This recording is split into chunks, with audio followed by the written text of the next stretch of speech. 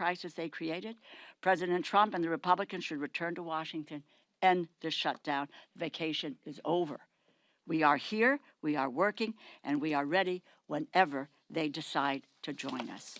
Let me turn it over now to the really indefatigable and will be chair of the not appropriations, of the Authorization Committee, Angie Craig from Minnesota.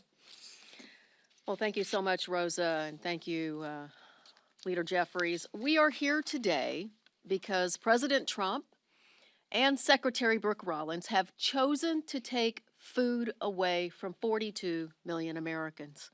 Instead of coming to the table and working with Democrats to find a way to protect Americans from losing their health care, their health insurance premiums increasing dramatically, or both, the Trump administration has chosen to use the security of food in our country as a bargaining chip in a government shutdown. The president can't even be bothered to be in the country while Americans line up at food shelves across our nation. 440,000 Minnesotans alone need access to the SNAP program. The Trump administration has the appropriated funds and legal authority to fully fund SNAP in November, plain and simple. They are refusing to follow the law, and they are cutting food assistance when there are ample funds available, over $5 billion in the SNAP contingency fund, and they have the legal statutory transfer authority to fund the rest. If the president wanted to help feed hungry Americans, he would. He's shown us that. He does whatever the hell he wants to, whether it's legal or not. This is not only legal, but it is the right thing to do. But his actions have shown a callous disregard for America's seniors, veterans, and families with children. Earlier this year, he canceled food orders to food banks, stopping $500 million worth of food from reaching people in need. Food that our family farmers across this nation have grown. Food that they counted on being able to sell to the nation's food banks. The Republicans' one and only priority this Congress has been the big ugly bill, which not only cut health care by $1 trillion, but also cut SNAP by $186 billion, a frontal assault on our most effective basic need food assistance program to help vulnerable members of our community who rely on it to keep food on the table. Now the administration is taking food away from 16 million children, 8 million seniors, and 1.2 million veterans. Their hands are not tied. Their hands are not tied. The law is clear. The law is as clear as this administration's cruelty is as clear. The law is as unambiguous as congressional Republicans' desire to let the ACA tax credits expire. It is unconscionable. It is egregious, and it is illegal. I'm calling on the president to do the right thing and the moral thing, which coincidentally offers him a chance to do something he rarely does, which is follow the law. I'm calling on my Republican colleagues to speak up to your friends in this administration and at the USDA and deliver a simple message. They have the money and the authority to fund SNAP. Hungry Americans are not poker chips. Their health and well-being are not to be gambled with. And I so appreciate the attorneys generals from across this nation, including my own Minnesota Attorney General Keith Ellison, for standing up to this administration earlier today. Stop playing politics with America's hungry children, veterans, the disabled, seniors. Get back to the negotiating table. Open up the government and fund SNAP in November. Thank you. Connecticut joined that suit too, so excited to be with you. We're going to do on-topic questions first around the shutdown, SNAP, and healthcare. My question is for Congresswoman DeLauro on the shutdown. The speaker said that throughout the shutdown the last month or still continued to work on the 12 appropriations bills. Can you talk about what that work has looked like as Sure. lawmakers have been off the Hill? How have your members been able to engage with Republican appropriators in both the House and Senate? Sure. When the four of us sat down, Congressman Cole, Senators Murray and Collins and myself, it's really now over a month ago, and we came together and we talked about two or three things. One of them was that what we needed to do was to have the top lines for the agriculture, interior, and the military construction bill. The second thing, and we agreed that we would do that, so we had a number to work to. The second thing was that we would do a bipartisan continuing resolution. A bipartisan continuing resolution. And that would include two things. One of which was to take into consider Democratic priorities, because all of the bills that we had seen were just unilaterally partisan. And amongst those Democratic priorities was the issue of health care and the premium subsidies and the Medicaid cuts. It's $1 trillion and the skyrocketing costs that are now upon people at this very, very moment. And the other thing that we spoke about, and there was a consensus about this, that what we needed to do was in the future, when the appropriators came to a conclusion, that would stick, and that we wouldn't have any unelected bureaucrats who were saying, no, money's going here, money's going there, everywhere, except for where it was appropriated. We had consensus about that. Not a few days later, on the table, bang. This is the Republican continuing resolution, and therefore that's what it is. In the meantime, yes, staff in both the House and the Senate have worked on those three bills, and I would just say they have made progress on the bills. But the issue now is coming to the table to be able to deal with the continuing resolution and the issues that have been central to that, which is cutting the costs and canceling the cuts and saving America's health care. Now, you may want to ask, what does that have to do with the bill? Well, the continuing resolution is 91 pages. 67 of those pages are about health care and so forth. So it is the appropriate conversation, and given that those notices are going out now, that we need to deal with it now. So we are waiting for them to come to the table to reopen the government, and honestly, if we can get my three other colleagues, we would move on appropriations bills. But they have refused to come to the table since the outset of this debate. Yeah, Donald Trump and Republicans have taken a my way or the highway approach from the very beginning of this Congress.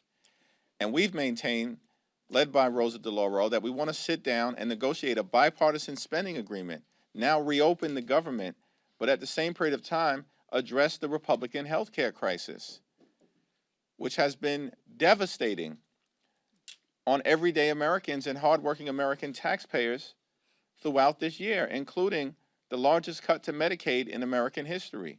Hospitals, nursing homes, and community-based health centers closing because of Republican policies and their one big ugly bill throughout America, including in rural parts of the country.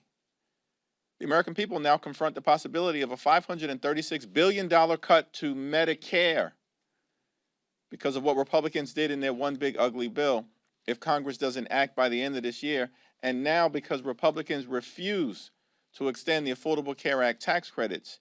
Tens of millions of Americans right now are receiving notices as we approach open enrollment on November 1st, indicating to them that their premiums are going to skyrocket in ways that will make it unaffordable for them to see a doctor when they need to see one, when their children needs to see one, when their family members need to see one. This is a health care crisis that Republicans have visited on the American people, and it has to be dealt with decisively.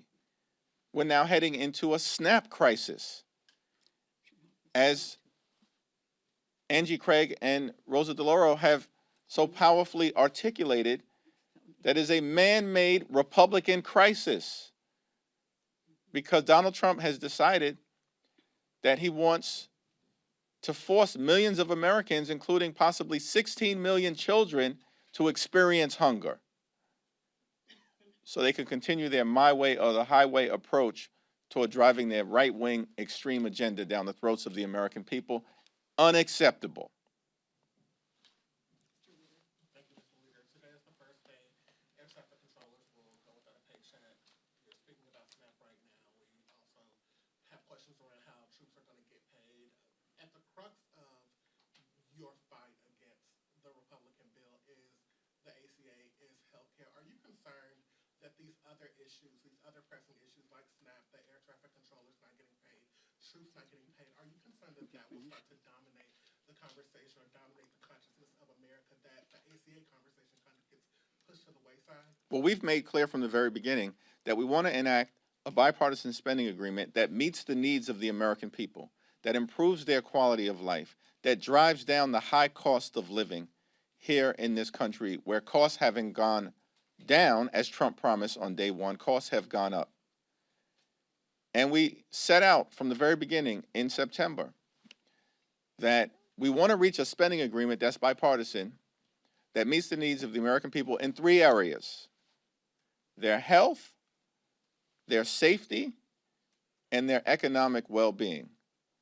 And that, of course, includes making sure that they can put food on the table in the wealthiest country in the history of the world. Donald Trump and Republicans have launched an all-out assault on the American people from the very beginning of this presidency.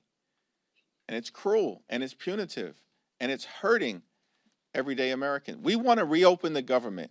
Republicans in the House have been on vacation now for 5 consecutive weeks. They've canceled votes for 5 consecutive weeks. This is extraordinary. If we reached an agreement, they wouldn't even be here to pass one, because they want to keep the government closed. And we're just going to continue to urge them to come to the negotiating table so we can reach the type of bipartisan spending agreement that the American people deserve. I don't know if Angie or Rosie wants anything. I would just add to that. Look, the time is now that people are looking at what their healthcare costs are going to go up. November 1st, when people open their portal in Minnesota on MNsure, the average increase for a 60-year-old couple is going up $15,000 next year. Think about that. How can Americans fit another $15,000 into their budget? They can't even afford their housing and their health care and their grocery costs today.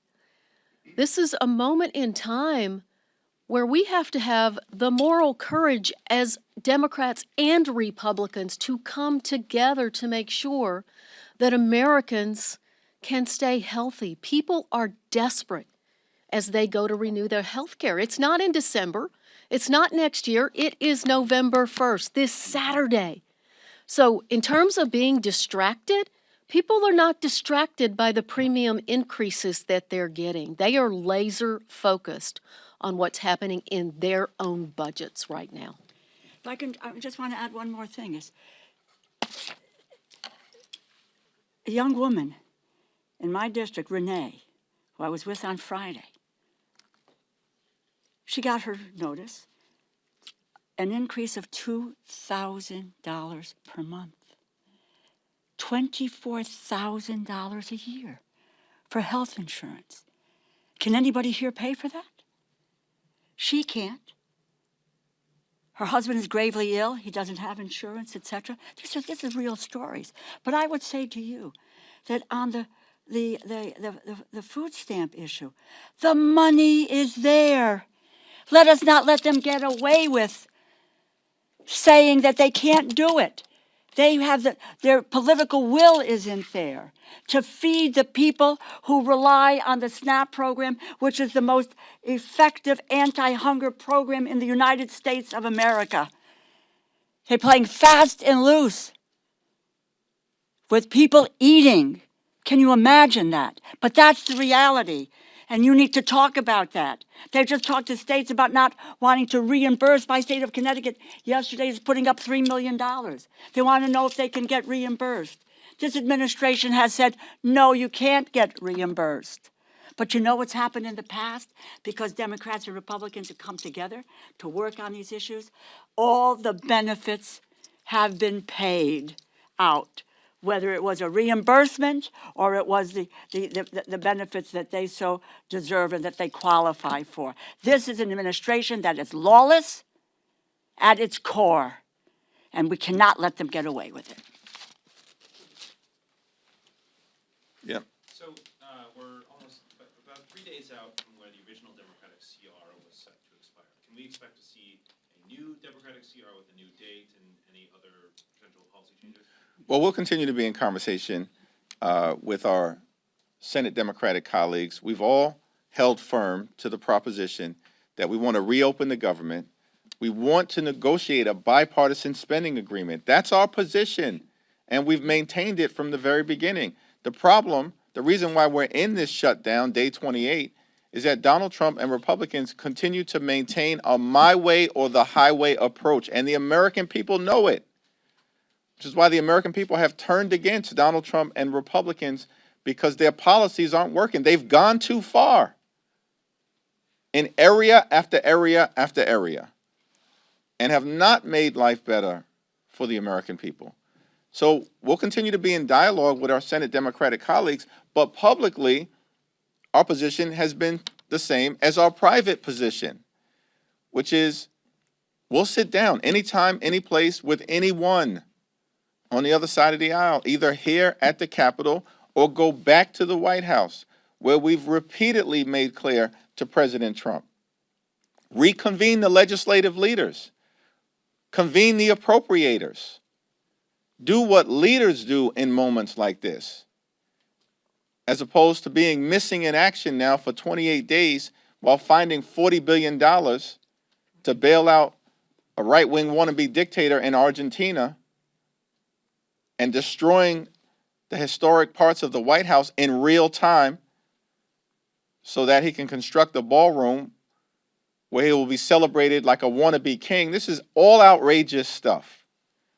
And the American people see it unfolding before their very eyes. And they know that Donald Trump and Republicans have not been serious about doing what is necessary to enact a spending agreement that actually improves the quality of life of hardworking American taxpayers.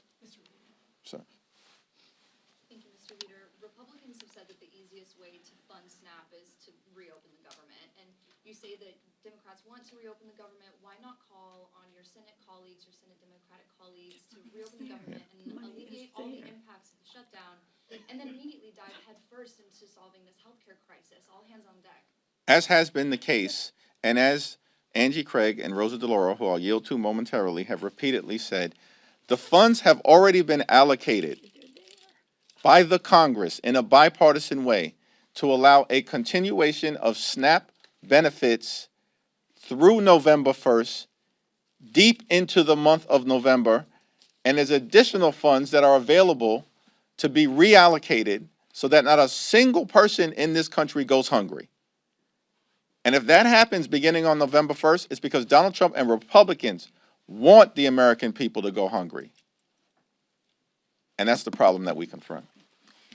Yeah, that's absolutely the case, and that's exactly what the lawsuit that was filed across this country by 23 states, District of Columbia, others, says that they have an absolute legal responsibility to use the contingency fund to fund SNAP. That we have never seen a lapse in funding of SNAP during a government shutdown previously. And they also have the authority, Secretary Brooke Rollins, to move additional money over to make sure that not a single child in this country goes hungry. They are ignoring their legal responsibility. They are ignoring the moral clarity that we have, that there is no way we should be allowing seniors and veterans and children to go hungry in this country. And where are they? The president is in Japan, trying to get people to buy foreign cars. Last week, he was trying to get people to buy Argentine beef. This is not an America First administration. These are not America First policies on behalf of this administration, and what people really care about in Minnesota and across this country is what's happening in their own budgets. And what's happening in their own budgets is that this president's trade wars, attacks on family farmers by decimating the farm economy, is causing farm bankruptcies to dramatically increase across our country. And look, it's a slap in the face to family farmers. Without those farmers, we will not have food security in this country, and this administration needs to step up and do the right thing. By the way, supplemental nutrition assistance program. You know, we just don't sit here and say, okay, we're going to pass this law today, and Democrats and Republicans are going to agree to that, and the president signs it into law, and then we say, oh, hey, did we really mean to do that?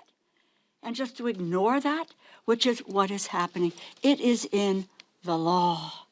And they are violating the law because they don't have the political will to do it. Because, you know why? Because what they want to do is, as Secretary Rollins did this afternoon on TV, is to say that the Democrats are responsible for taking food out of the mouths of children, or some other, quite honestly, cockamamie excuse that she might have for not following what the law of the land is. But it is, quite frankly, starting with January, there's been an unbelievable violation of the Constitution and the laws of this nation with this administration. But you know, let's stand our ground and let the people know that the money is there. They need to wave their magic wand, and the money will go out, and in short order, we'll be able to get 42 million people fed in the way that the food stamp program has done from its outset.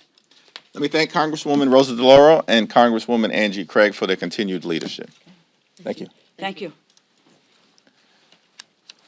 This question is for any of the representatives, but now it'll be for you, Leader Jeffries. Mike Johnson and some of his Republican colleagues have pointed out the pain of Americans losing access to nutritional assistance programs, including this press conference today, although they do blame Democrats for funding health care for who they call illegal aliens. Do you think there's going to be any flexibility for them in meeting with Democrats to address this issue, given they've talked about it? The Republicans passed their one big ugly bill in July, and that bill hurts everyday Americans to reward their billionaire donors. And in that bill, they enacted the largest cut to Medicaid in American history. Hospitals, nursing homes, and community-based health centers are closing all across the country, including in Louisiana, because of what Mike Johnson and Republicans did in that one big ugly bill. And at the same time, they cut SNAP benefits by $186 billion. Donald Trump and Republicans literally ripped food from the mouths of hungry children, seniors, families, and veterans in order to reward their billionaire donors. That's what the one big ugly bill was all about.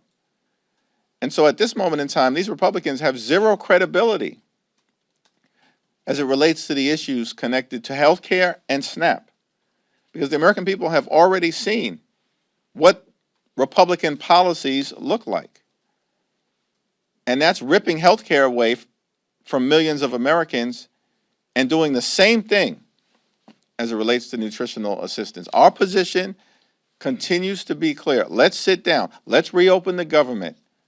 Let's find a path toward a bipartisan spending agreement that actually meets the needs of the American people.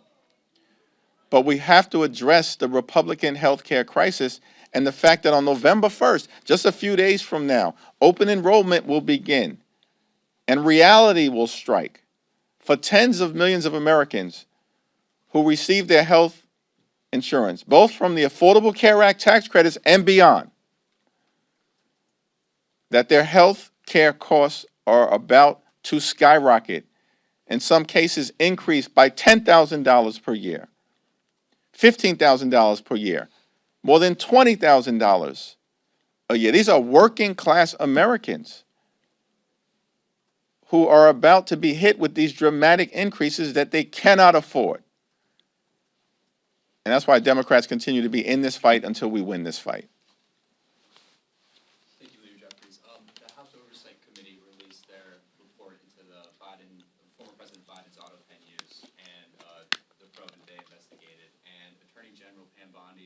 said that the DOJ will initiate a review of the Biden administration's reported use of the auto pen for pardons. Can I get your reaction to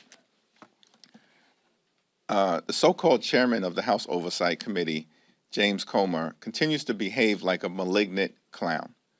We can't point to a single thing that he's actually done to make life better for the American people. Here's what he should investigate if he's investigating presidents or former presidents. Investigate the fact that Donald Trump promised that costs would go down on day one.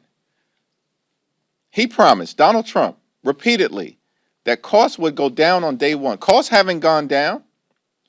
They're going up. Inflation moving in the wrong direction, as evidenced by the most recent report that was just issued last week. Housing costs are up, grocery costs are up, child care costs are up, electricity bills are through the roof. And now, because of the Republicans' refusal to extend the Affordable Care Act tax credits, tens of millions of Americans are about to experience dramatic increases in their health care costs that will force medical bankruptcy on many of them, or they'll have to make a choice between going to see a doctor, putting clothing on their back, paying the rent or mortgage, or putting food on the table. This is what's happening in the United States of America, the wealthiest country in the history of the world. If James Comer wants to investigate something, investigate Donald Trump's lie that he was going to lower costs on day one. Two questions. The first is about the federal workers, the largest unions that are earlier this week. Does this give you any concern about the pressure on Senate Democrats to cave? And then the second question is about Mamdani. Obviously, the union's endorsement. Do you encourage Leader Schumer to do the same? I issued a statement with respect to the mayor's race in New York City last Friday. That statement speaks for itself. In terms of the current situation that we find ourselves in relative to hardworking federal employees, we support them and will continue to stand by them.